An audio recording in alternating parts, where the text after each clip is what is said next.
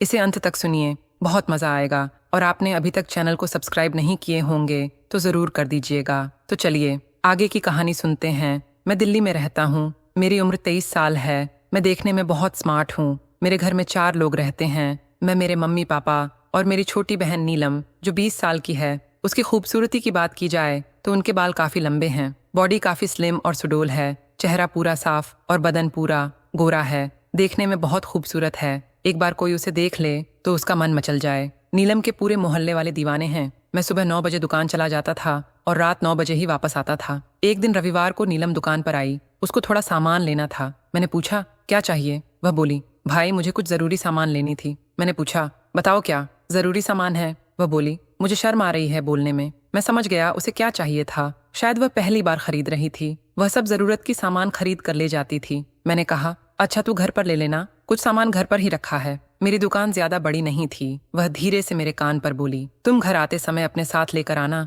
लेकिन मम्मी के सामने कुछ नहीं बोलना। मैंने कहा, नीलम तुझे और कुछ लेना हो तो बता दे। फिर उसने फेस वॉश लिया और भी कुछ जरूरी सामान खरीदा। फिर वह घर चली गई। ऐसे ही पूरा दिन गुजर गया। मैं भी दुकान बंद करके घर आ गया। घर आकर मैंने खाना खाया, फिर टीवी देखने लगा। उसी वक्त नानी के घर से फोन आ गया। फोन से पता चला नाना की तबीयत सही नहीं है। ये सुनकर मम्मी ने पापा से कहा, हम दोनों को कल जाना चाहिए। पापा ने कहा, ठीक है। फिर मम्मी ने मुझसे कहा कि वे लोग कल नानी के घर जाएंगे। मैंने कहा, ठीक है। फिर मैं अपने कमरे में आकर भाई बहन वाली वीडियो देखने लग गया। कुछ देर बाद मुझे नींद आ गई। मैं सो गया। सुबह उठकर नहाकर दुकान पर चला गया। मम्मी पापा दोनों नानी के घर चले गए थे। उस दिन दुकान में बहुत भीड़ थी। मैं दिन भर बिजी रहा। मैं उस दिन बहुत थक गया था। फिर शाम हो गई। मैंने 7 बजे दुकान बंद कर दी क्योंकि घर पर सिर्फ मेरी बहन अकेली थी। मम्मी पापा दूसरे दिन घर आने वाले थे। घर पहुंचकर मैंने खाना खाया। थोड़ी देर बाद जो सामान ऑर्डर किया था वह भी ऑटो से घर आ गया। सिर्फ सामान चेक लिस्ट से मिलान करना बाकी था। मैं सामान अंदर लाकर चेक करने लगा। मेरी बहन नीलम भी हेल्प करने आ गई। हम दोनों ने सामान लिस्ट सही से मिलाया और सामान का रेट आदि चेक किया। सब काम हो गया तो नीलम टीवी देखने लगी और मैं अपने कमरे में आकर वीडियो देखने लगा। मोबाइल में एक भाई बहन वाली मस्त वीडियो सामने आ गई थी। ये वीडियो देखकर मेरे मन में नीलम को लेकर तरह तरह के ख्याल आने लगे। पहली बार मुझे कुछ कुछ होने लगा क्योंकि आज घर पर भी कोई नहीं था। मुझे याद आया कि नीलम को जरूरी सामान चाहिए थी। मैंने वीडियो बंद की और नीलम के पास आ गया। वह टीवी चला रही थी। मैंने बोला, नीलम तुम्हें वह सामान चाहिए थी ना? नीलम बोली, हाँ। फिर मैंने बॉक्स से वही नई वाली 32 नंबर की ब्रा निकाल कर ले आया। मैं माया से बोला, लो ये देखो, मुझे पता था कि उसको 30 नंबर की ब्रा लगेंगी, पर मैंने जानबूझकर उसे 32 नंबर वाली ब्रा दे दिया और कहा, मैं कमरे से बाहर जा रहा हूँ, तुम पहन कर देखो लो। और मैं बाहर आ गया। कुछ मिनट बाद वह बाहर आई और बोली, भाई ये क्या है? मैंने आपको 30 नंबर की ब्रा लाने के लिए कहा था, आपने बड़ी ला दी है, ये मुझे ढीली हो रही है। तब मैंने कहा,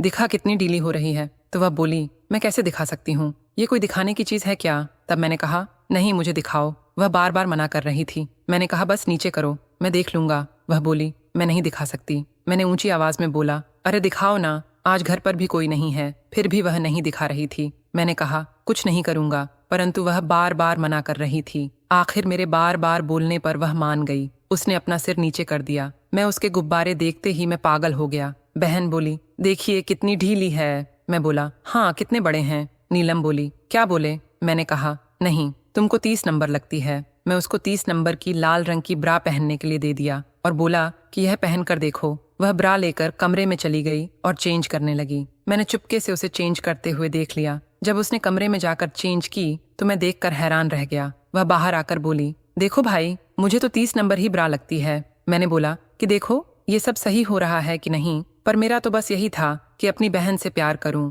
उस दिन नीलम से अपना दिल खोलने का बिल्कुल सही वक्त लगा। मैंने उसे कहा, नीलम तुमसे कुछ बात करनी है। उसने पूछा, क्या बात है बताना। मैंने कहा, तुम मुझे बहुत पसंद हो। ये बोलने से पहले मैंने भांग की गोली खा ली थी क्योंकि डर और शर्म से कांप रहा था। उसने हैरान होकर कहा, क्या मतलब भाई? मैंने फिर कहा, एक बात पूछूं? पहले कसम खाओ कि किसी को नहीं बताओगी। वह बोली, अरे बता दो ना। मैंने जोर दिया, पहले कसम खाओ। उसने हामी भर दी। ठीक है, खा ली कसम। मैंने दबी जुबान से कहा, तेरे साथ वो करने का बहुत मन करता है। वह चौंक गई। क्या कह रहे हो भाई? मैंने कसम खाकर कहा, सच कह रहा हूँ यार, तुझे देखते ही मेरा दिल धक धक करने लगता है, कुछ कुछ हो जाता है। वह गुस्से से बोली, तुम सचमुच पागल हो गए हो, मैं सोने जा रही हूँ। और वह चली गई। मैं अपने कमरे में आया पर नींद कहाँ। वीडियो चलाई पर कोई अच्छी नहीं लगी। फिर फोन की गैलरी में नीलम की तस्वीरें देखने लगा। काश वह सब सच हो जाता। यूं ही सोचते सोचते रात के 1 बज गए। उसका कमरा खुला था क्योंकि वहां फ्रिज था। पानी पीने का बहाना करके मैं अंदर गया।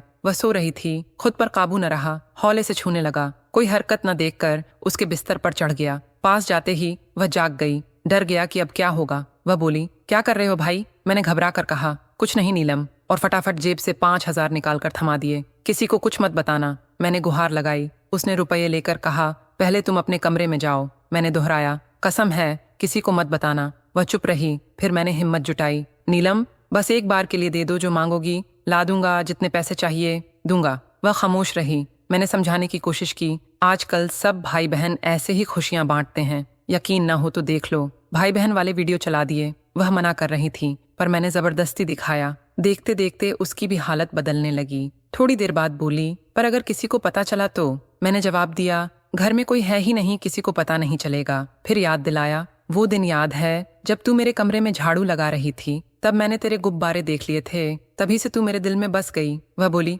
सचमुच पागल हो तुम? मैंने कबूल किया, हाँ, तेरे चक्कर में अब तू भी मेरा साथ दे। उसने हाँ में सिर हिला दिया। ठीक है। नीलम ने आंखें बंद कर लीं। फिर हमने एक दूसरे को प्यार किया, भरोसा दिलाया कि भाई बहन ही तो एक दूसरे का साथ देते हैं। मैं उससे लिपट गया, प्यार जताया। वह सब हो गया। खुशी से दिल भर गया। देखा तो रात के 4 बजे थे। मैं सो गया। सुबह जब उठा, नीलम अब भी सो रही थी। मैं चुपचाप नहाने चला गया। वापस आया तो उसने चाय बना रखी थी। चाय पीते हुए पूछा, कल रात मजा आया? वह मुस्कुराई, हाँ बहुत। फिर कई दिनों तक हम ऐसे ही प्यार बांटते रहे। ये थी मेरे गांव की पड़ोसन नीलम के साथ की कहानी।